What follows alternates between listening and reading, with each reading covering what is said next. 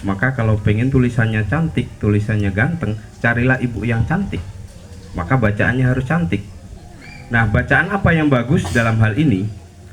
Teman-teman bisa mulai refleksi, saya bacanya apa ya? Kalau cuma baca status Facebook, status Instagram, Reel, maka keluarnya juga sejenis itu. Kawan-kawan, ini adalah tanggapan Hilmi Faik, redaktur sastra dan budaya Kompas, terkait dengan dunia menulis dan membaca kawan-kawan. Hal ini terungkap dalam bedah buku Lelaki yang Bercerita di Rumah Dunia pada 13 April 2025. Yuk kita simak kawan-kawan. Maka mulailah kita dengan rajin membaca. Kenapa membaca itu dianggap sebagai ibu yang baik bagi menulis?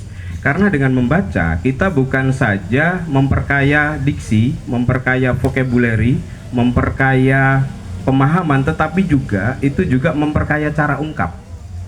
Misalnya kalau Anda rajin baca Lela Chudori, Ayu Utami, Dwi Lestari, Golagong, Toto Esradik, Anda akan bicara tentang kesedihan misalnya, Anda bisa milih, saya apakah kesedihan ini saya akan ungkapkan dengan cara Lela Chudori, atau dengan cara Toto Esradik, atau dengan cara Kang Ade, itu akan beda. Dengan begitu Anda akan menemukan referensi atau kedekatan. Oh, saya kayaknya lebih cocok dengan gaya Ayu Utami deh dalam mengungkapkan kemarahan, gitu, kegelisahan.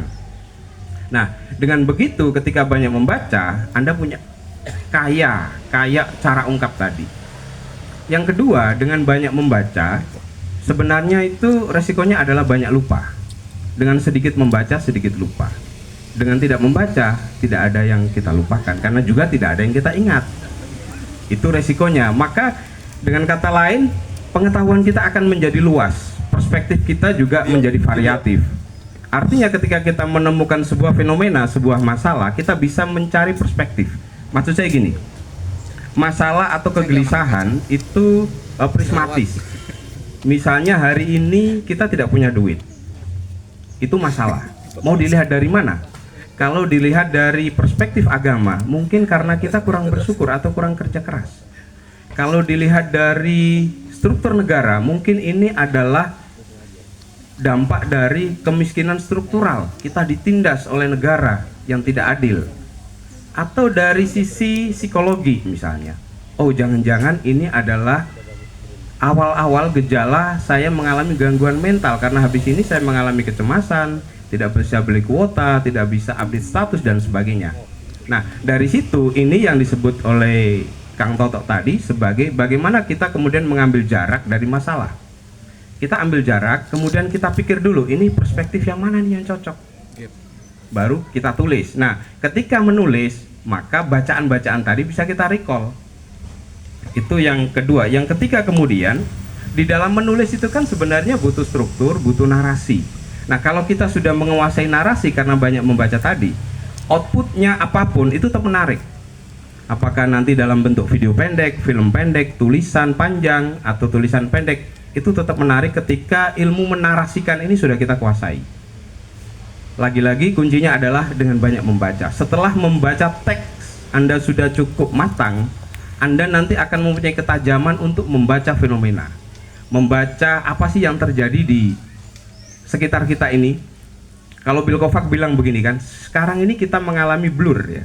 Informasi itu datang, bahkan tidak kita minta. Pagi kita buka HP, sudah ada link berita banyak banget di WA yang mungkin hanya kita pilih sesuai dengan yang kita suka.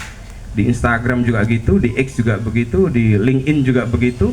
Tetapi kemudian bertanya kita, ini sebenarnya yang benar yang mana? Antara Ridwan Kamil dan Lisa misalnya, ini yang benar yang mana nih? Itu kan kita bertanya. Nah, itu Bill Kovac bilang kita mengalami blur. Nah, ketika kita banyak membaca, maka blur itu bisa kita kurangi dengan, oh kalau dari perspektif teori konspirasi nih, nah kita punya tuh. Ini kalau dari teori pemasaran nih, marketing nih, kayaknya Lisa ini memang sedang memasarkan gitu sesuatu. Dia mencoba menjual masa lalunya untuk kepentingan, bisa jadi begitu. Dan itu akan menarik karena pada dasarnya kita itu senang lihat orang susah. Begitu ada orang susah itu, wah kita tepuk tangan, bersyukur, kliknya bagus.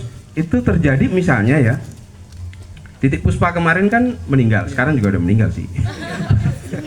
Maksudnya meninggal kemarin. Kayak yang kemarin doang. Iya, kemarin meninggal hari Kamis, dikubur hari Jumat setelah Jumatan. Itu Titip Puspa, jenazahnya itu mau dikubur di Tanah Kusir, sudah diatur nih jalurnya. Dan keluarga bilang, tolong jalur ini dibersihkan, jangan ada orang di situ. Tetapi orang-orang itu bandel, bukan ngapa-ngapain, pada pegang HP.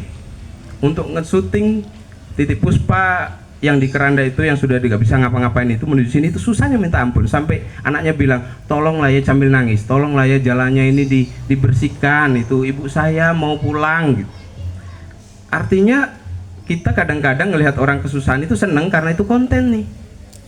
Nah ini kemudian kan bisa keresahan baru bagi kita, bagaimana kita misalnya itu menjadi sebuah cerpen yang menarik, yang paradoksal dengan nilai-nilai yang kita percaya. Saya kira itu dulu ya. Tadi juga ada cerita soal krisis dan sebagainya. Saya kira nanti bisa dijawab setelah ini, biar nggak terlalu panjang. Terima kasih Kang Cep. Terima kasih.